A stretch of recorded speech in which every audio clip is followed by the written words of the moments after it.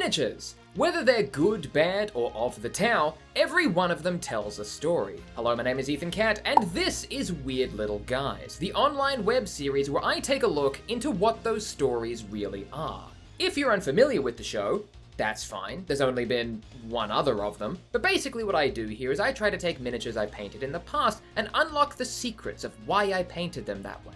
What was going through my mind? What was my headspace at the time that I decided to paint this particular piece, this particular shade of yellow? Because to me, the choices we make when painting our miniatures are the most deeply human thing that we can do.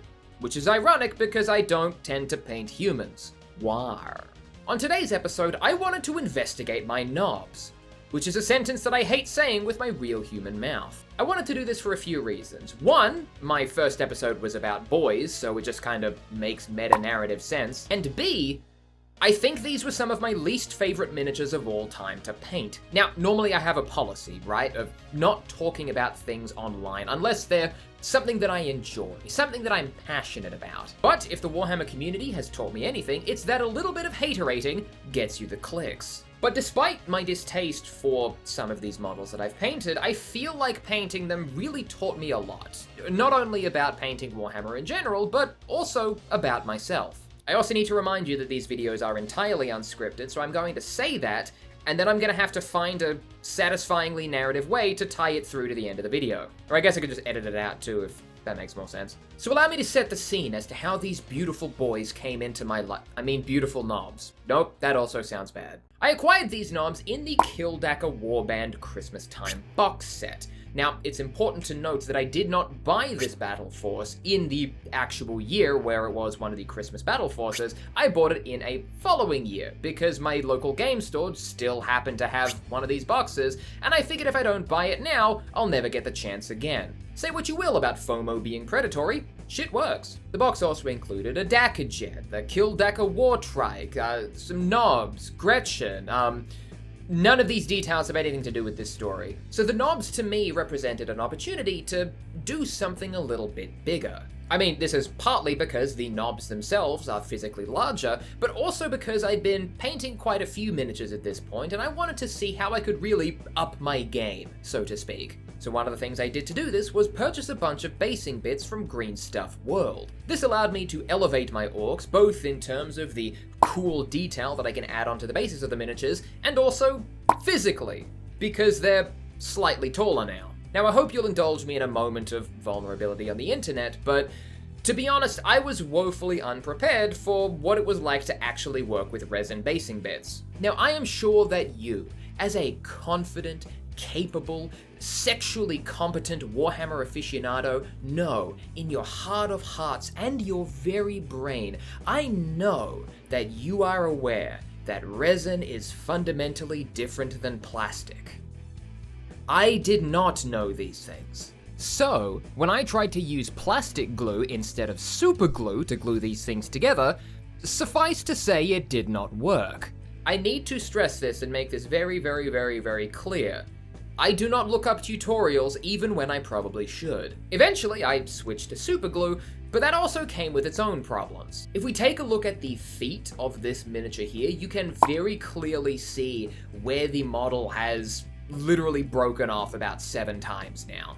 I don't know if this is like a thing when working with resin and superglue, but I feel like I've had to superglue this guy's feet onto the resin basing bit so many times that like I'm just putting layers of superglue on top of each other now. Like I feel like after a few more breakages, he's going to be half an inch taller than he was to begin with, on top of the extra half inch taller that he was when I put him on the basing bit.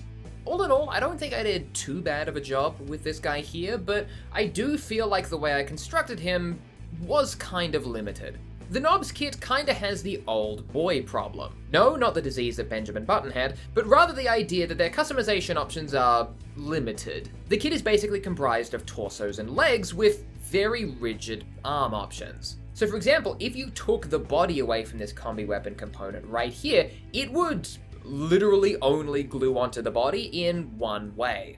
Like really, you could only build him holding a gun like this, or holding a gun like this.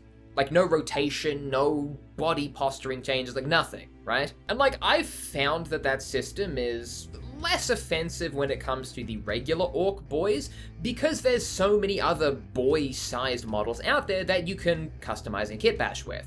Maybe it's just a matter of me not owning the right kits, but I really found it quite difficult to mix and match pieces from other kits because, well, there was just a huge size difference. And look, I definitely was able to make some quirky customizations, which I'll get into on the later Nobz, but that was really one thing that was sticking out to me with this kit. I just love customizing my toys, okay? Now, for this Nob here, I kinda wanted to build him as the leader of the bunch. So of course I needed to give him the cool hairpiece and the pet squig. You know me, I just love weird little guys.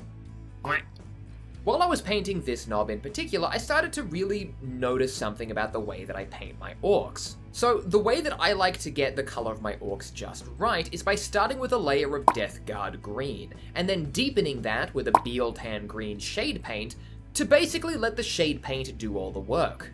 Like, I know there's a paint out there literally titled Wah Flesh, which I am almost certain is supposed to be the golden standard for orc skin, but we do things a little differently around here. However, one thing that the Nobz have that I feel like a lot of boys don't is a lot of deep crevices in their musculature.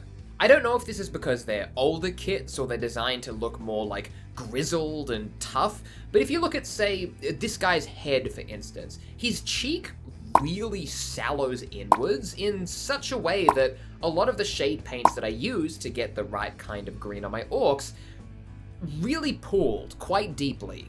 And so I feel like when it came time to put shade paint on this Nob, I feel like I might have let it pull a little too deep in certain crevices. Like, I remember a very distinct point when I was applying the shade paints to this Nob where I really thought I messed up the entire thing because all of these crevices were just so much darker than the rest of his skin. But after I gave the paint a little bit of time to dry, those hues kind of evened out a little bit. The recesses in his cheeks and arms are still quite dark, but they aren't as dark as they were when I was first applying the shade paint. And that, I guess, was the point where I was getting really nervous. So sometimes I think about this mini while I'm halfway through my painting process, just so I can remind myself to just slow down, be patient, wait for your paint to dry before you judge it. I definitely feel like I am the kind of person who gets really caught in my own head, like in the moment. Like while I'm painting or doing an activity, my brain will be going a million miles an hour, just catastrophizing and thinking about all the tiny little details that, let's be real, nobody else is gonna see. But once I've given myself a little bit of time to relax, let the paint dry, like reset my brain from whatever state it was in before, a lot of these problems seem to go away. And that's something I like to remind myself. When you get in the zone, when you're painting your miniatures or doing an activity, it's so easy to focus on the negatives, the flaws, the issues, the way that you fuck up. Like, anybody who has seen me paint will have seen me for at least 7 seconds make the noise shit, fuck, shit, fuck, shit, fuck, shit, fuck, because I think I've screwed everything up completely. And it's fine. Nobody's entering Golden Demon, and nobody's gonna die. I also feel like I learned a little bit of a lesson from my first mini, because when I glued this guy to a basing bit, I made sure that basing bit was as flat of a surface as possible. So that way, his feet would not fly off into space anytime he was even slightly dropped. I wanted this guy to be as physically sturdy as possible, which is ironic because I gave him a tall, spindly piece of back bling. I've had to glue this accessory back to his spine at least twice now. I really need a carry-on case. I can't just keep using Tupperware. You. This guy right here may have just been one of the hardest minis for me to paint in my entire Warhammer career. I feel like with the benefit of hindsight, there is a lot of things that I would have done differently to this mini. For starters, I probably wouldn't have had him leaning up on this barrel over here. Like, very clearly his body was meant to be in a flat surface standing pose, so you can really see that only the edges of his heels are really making contact with the things that he's standing on. And then not only that, there's a whole bunch of like extra sprue plastic between the rocket and the muzzle of his gun that I just forgot to remove before I based the model. I thought I could save that and make it look intentional by painting it sort of like a smoky gray to make it look like the rocket at the end of his combi weapon is like, you know, preparing to ignite and blast off, but like, when you compare this to some of the other smoke effects which already exist on other Ork models, like it's it's clearly not intended to be there. Like, I feel like it's very clearly just a bit of plastic that I forgot to trim away, and like, everyone knows. And then on top of that, I gave him a more generic knob head, and then I made that head look vaguely in the same direction as the gun. And I feel like a lot of these tiny little details put together makes him, I don't know, kind of not camera ready. Like, Games Workshop has published official, like, tutorials on how to get the best photographs of your minis possible. And part of those tutorials is finding what they call the hero angle. I'm literally just making that up, I can't remember what the term actually is, but I'll put whatever it is right there. And basically what this is the angle the mini was designed to be viewed at. Like, the angle that makes it look the most dynamic, the most action-y, the most heroic in miniature photography. This is something that Games Workshop takes into consideration when they make their models. Like, it's the angle that all of the, you know, box art photographs are taken at, because that is the angle that makes the miniature look the most cool. And I feel like by changing up his angle, making his head kinda weird, and, you know, not really doing a great job with this quasi-special effect plastic that I've got at the end of his gun, I felt like this guy was really difficult to take photos of. Like, his head's always looking slightly the wrong way, his feet don't really, like, touch the ground in a very quote-unquote realistic way. Maybe it's because I'm not an expert on mini photography, but I feel like capturing this guy in photographs was really quite difficult for me. I mean, if you look at the turntable footage here, like, he's always staring off into space, like, you don't really see any of the cool major details of the miniature. Like, I felt like I built this mini in such a way that made him difficult to take photos of. But that being said, like, why should I really care about that? Like, I was actually getting kind of bummed when I finished this guy and I tried to, you know, take photos for him for the secret Warhammer Instagram that I have that nobody knows about. And, like, I struggled. Like, I felt like he just wasn't coming out well in photos. And then after that, there was really this moment for me that made me go, like, why did I spend so much time painting this guy if I couldn't post him on the internet for clicks, likes, validation, etc.? And when I thought about it that way, I really sort of had to take a step back and go, who the fuck cares? Like, isn't the whole reason that we paint these weird little guys not the act of impressing someone or having more social clout by being better than somebody else? Like, isn't the reason we paint these weird little guys to paint these weird little guys? And look, maybe I didn't do as good of a job on this guy as I did some of the other boys or knobs that I've painted. But you know what? At the very least, by painting this guy all the way through to the end, I learned stuff. I learned that the way that I glue miniatures pieces together, the way that I glue them to a base, like that matters. And I also learned how gluing some of these pieces together can make things look a little bit more awkward, a little bit more tilted, like, just less overall appealing. And sure, maybe I could have given this guy a cooler head, or, like, cleaned up the details in his gun a little bit more, but, like, he's just a knob. And, like, not every miniature that you paint is going to be, like, an absolute standout, or, like, the best miniature that you've ever done. Sometimes a knob is just a knob. And that's it. Now, with this guy, we really start getting into kitbashing territory. For some reason, Nobz come in a pack of 5 units. However, they only come with 3 combi weapons, which means that if you want to make your entire pack of Nobz be wielding combi weapons, you kinda have to take matters into your own hands. When I first started painting my Ork army, I wanted to build my boys to have the most DACA possible. I wanted as many guns, bullets, and more guns as I could possibly give an army of greenskins. And this was before I learned that orcs suck at shooting. This is also about the time that I learned that combi weapons in 10th edition aren't that great. I mean, sure, anti-infantry and, like, devastating wounds or whatever, like, that's cool and good for a gun to have.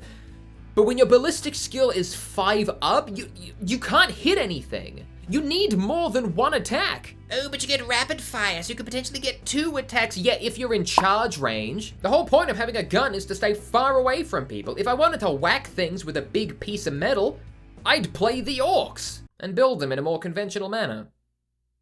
Anyway, so this combi weapon is really a mishmash of just a bunch of different kits. So the arm connecting the combi weapon to the orc is an unfinished power claw. So basically just like the big black box that the claw is usually connected to, I just didn't put the claw bits on. That misshapen power claw is connected to a rocket launcher component, which I believe comes from the Def Dread kit, and the miscellaneous flamethrower kits are some leftover pieces from the Mega Nobz that I bought because I own a Gazgul.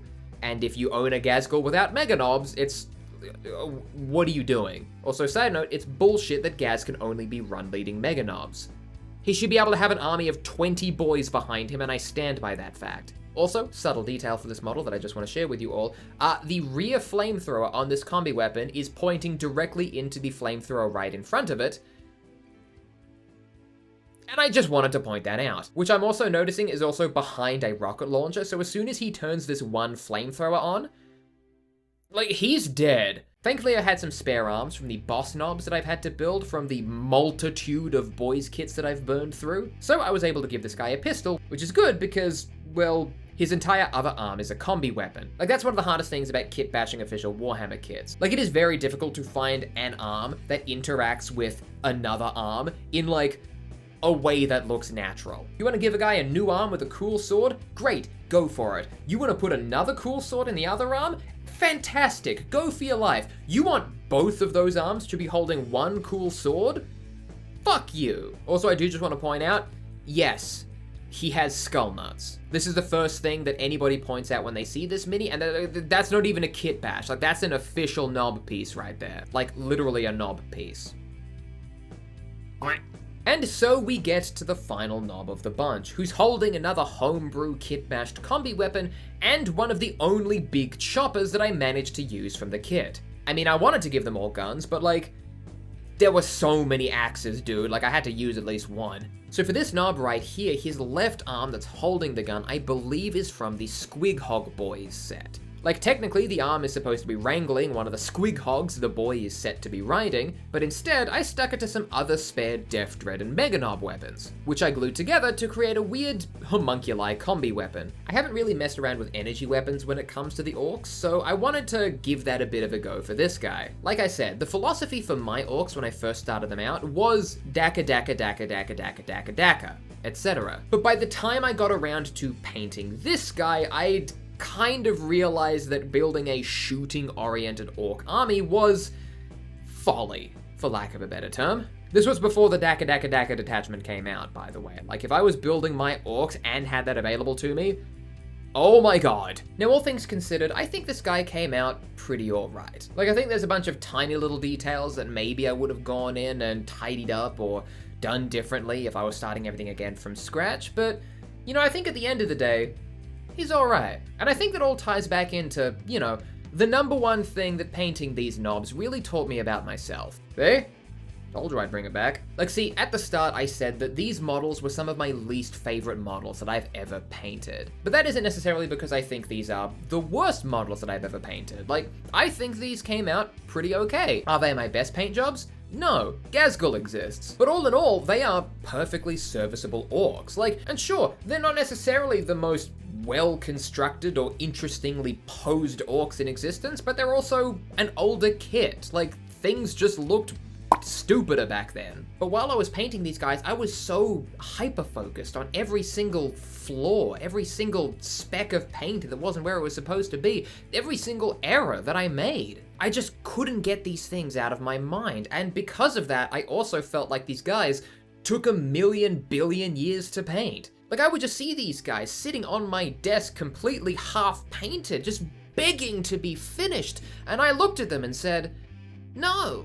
And like, to peel back the curtain a little bit, I started painting these guys around probably the same time that some of my short-form orc lore videos were starting to take off on TikTok, Instagram, and whichever one you're watching this on now. Like, I was starting to get eyes on my miniatures. Like, people were identifying me online as the orc guy. I felt like people were associating this idea of me as a person with the quality of the hobby work that I was doing. And like, I have never pretended to be the best painter in the world. I know I'm not. I like to think that I am like a good average person. Like, I am like the Warhammer equivalent of being like silver or gold rank in like a competitive video game. Like, maybe I'm slightly better than the 12-year-old who comes into the local Warhammer store to get a free painting tutorial, but like, I'm not this guy, but like for some reason, I felt like there was this idea of expectation that was being put on me because like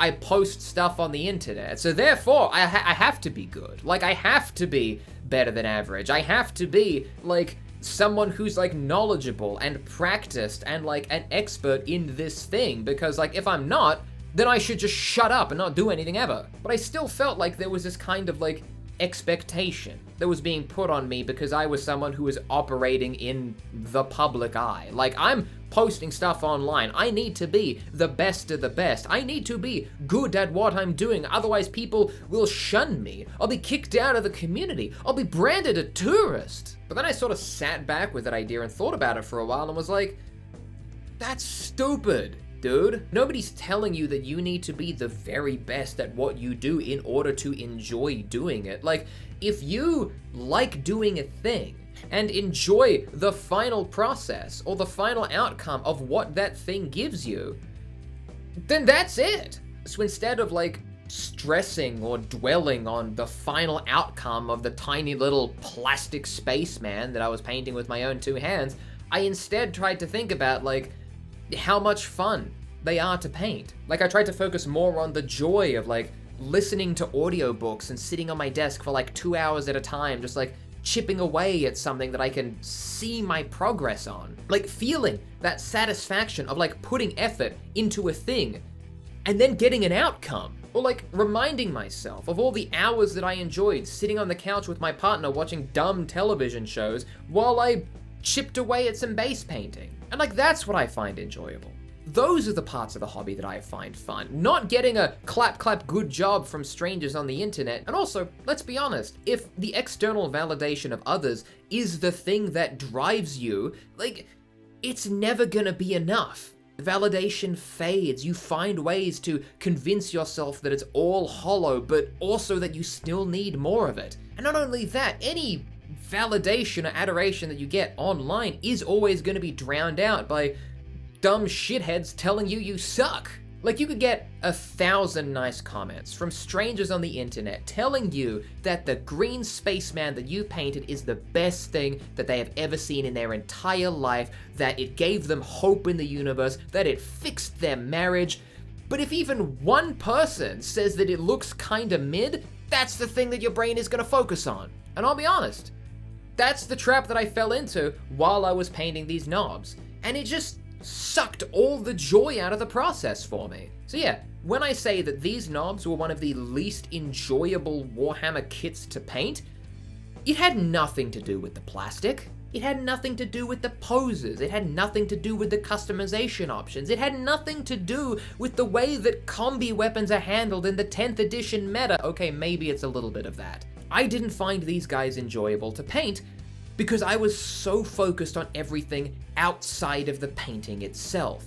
And when I noticed that and like came to that conclusion and tried to think about the process a different way, like everything immediately became just so much more fun. So that's the thing that these knobs taught me about myself, right? Validation cannot come from the world around you. It has to come from within.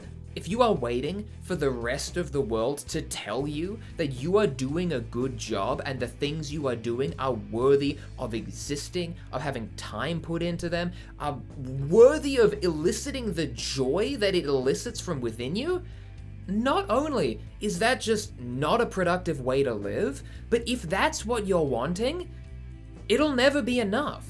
One compliment will give you joy, but then you'll need 5 to get that same rush, and then 10, and then 50. You have to find the things that you like. You have to focus on the things that bring you joy. But the thing about that happiness and that joy is that it's always inside you. Sometimes you just need to look it dead in the face.